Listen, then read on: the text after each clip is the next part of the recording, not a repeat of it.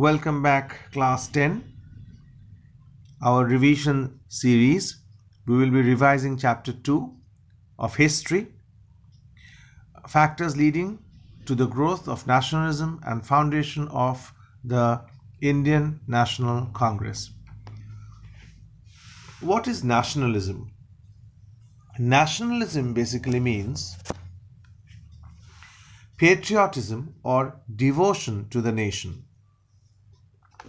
So, we'll start off with contributions of Raja Ram Mohan Roy and contributions of Jyotiba Phule, because it is there in your syllabus.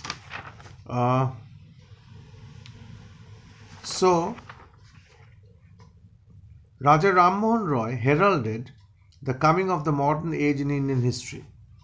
That was through him the modern age of Indian history started. The Brahmo Samaj, established in 1828, was not merely a religious movement but also included in its program matters of social and political reform. So, as we all know, Raja Ram Mohan Roy is the founder of the Brahmo Samaj, and it is not merely a religious establishment. It is a establishment which included in its program matters of social and political reform. What was his, Raja Ram Mohan Roy's, approach to religion?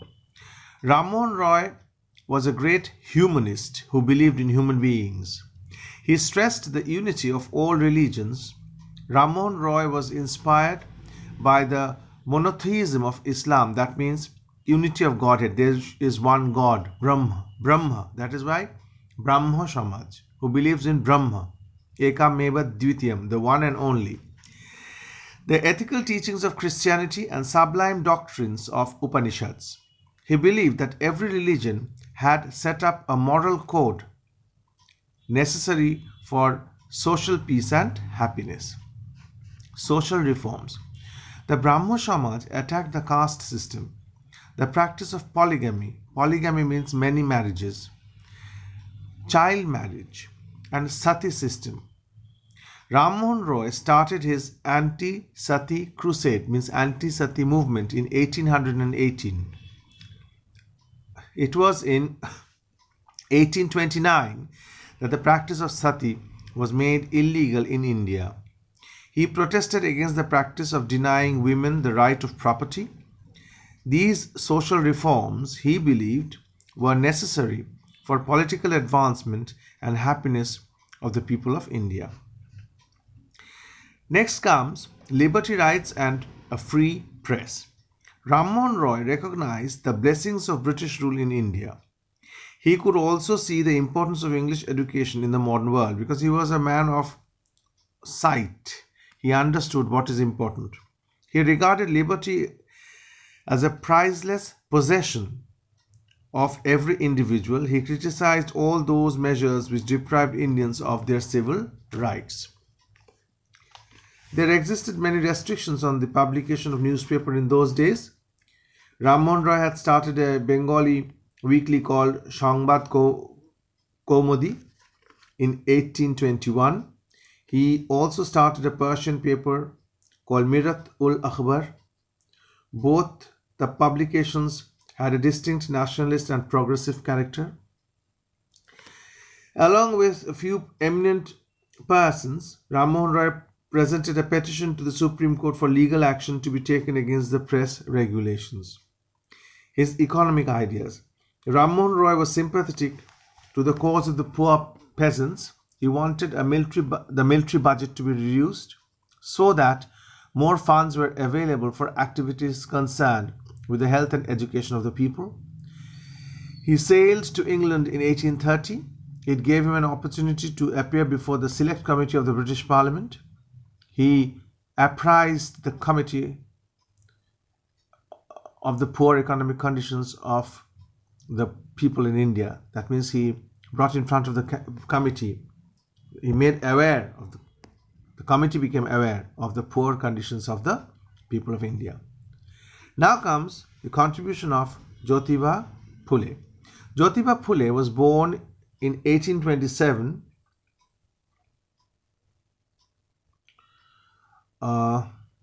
in Satara district of Maharashtra. His family earned the living by growing flowers and vegetables. They were malis or gardeners. That is why his name came Phule, from florists. Social reform. Jyotiba Phule was a highly admired social reformer of the 19th century. What he did, number one, is uplifting of lower castes. The caste structure was to him slavery. His book, Gulamgiri, Slavery, focused on the Brahmin domination and poverty, hardships and distress which the lower castes were facing. Phule strongly felt that all the problems of Dalits, whom he called Shudras and Atishudras, could be solved by proper education if proper education was provided to them. Secondly, he believed in gender justice. Phule said that women were superior to men because they bore children and nursed them. Men kept their women uneducated so that they would never question their domination. Public establishment in 1848, one of the first girls' schools he established the first girls' school in India in 1848. He set up an orphanage in 1854. And very interestingly, the orphanage was only meant to provide shelter to the poor widows and their children. He founded a number of schools for girls and the lower castes, that is, Mahars and monks. Anyway, then very important, number 3, Phule founded the Satya Shodhak Samiti, Society of the Seekers of Truth. The society endeavored to mitigate, erase the distress and sufferings of the Dalit and women. His wife, Savitri Bai, was the head of the women's wing of the society. Now, Phule praised the British rule because it gave Indians the tools with which they would be able to fight social injustice. It is, however, heartening to find Phule's mentioning in the book Gulamgiri that it were the farmers on whose labors the government and its armies and the salaries and the pensions of the white depended. And according to Phule, when the farmers educate themselves and carry whips on their shoulders, the English will have to scream and yell and flee the country. So that is a little bit of Raja Ram Mohan Roy and Jyotiba Phule. Now comes the role of press. Okay. Press and the literature played a big role in carrying nationalist ideas to the people. The press.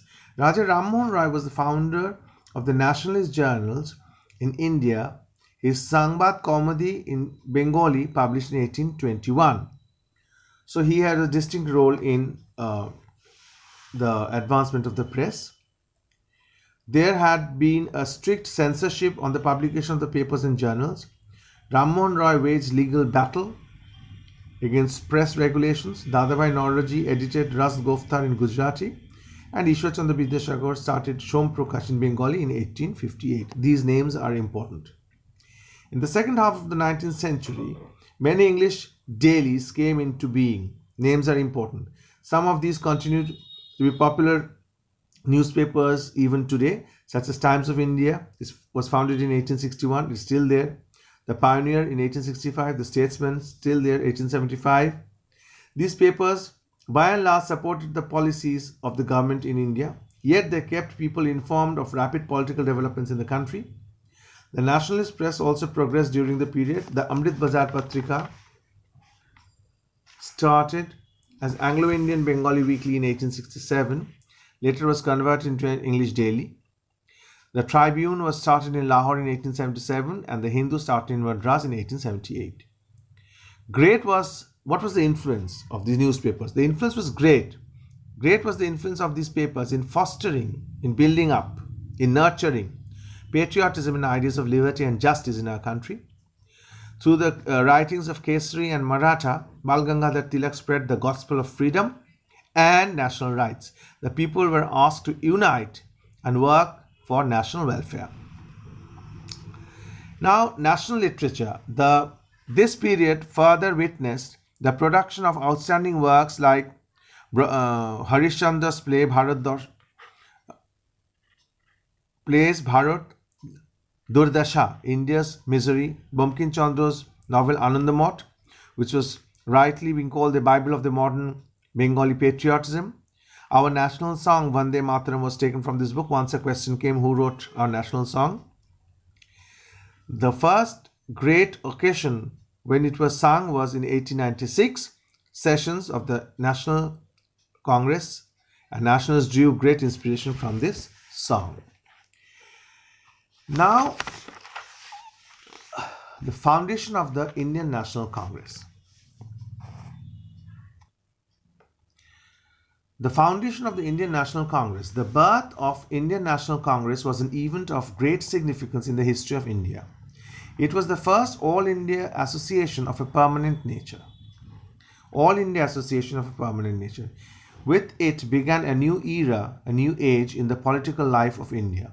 Mr. A. O. Hume, a retired civil servant, addressed a circular letter to the graduates of Calcutta University in which he said, whether in the individual or the nation, all vital progress must spring from within. And it is to you, her most cultured and enlightened minds, that your country must look into the initiative. Anyway, the appeal had desired effect. The Indian National Congress was thus founded, and the first session was held in 1885 December at Bombay under the presidency of W.C. Banerjee. Remember the place, year, and the president. A.O. Hume had played a major role in formation of the Congress. That is why he is considered as the father or founder of the Indian National Congress. Gopal Krishna Gokhale feared, had the founder of the Congress not been an Englishman, a retired civil servant, the government probably would have found some way or the other to suppress the movement in its infancy.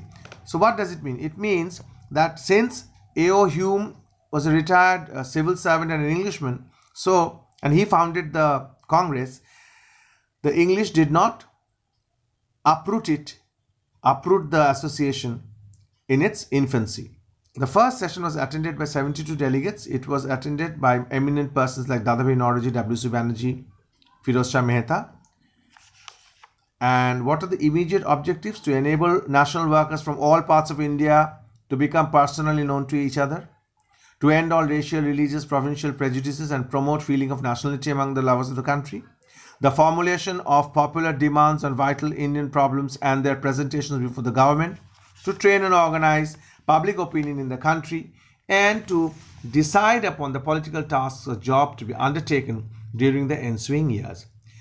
Second session of Congress was held in Kolkata 1886, where Dadabhai Naoroji was the president. So you should know the first session and the second session, where was it held and who was the president.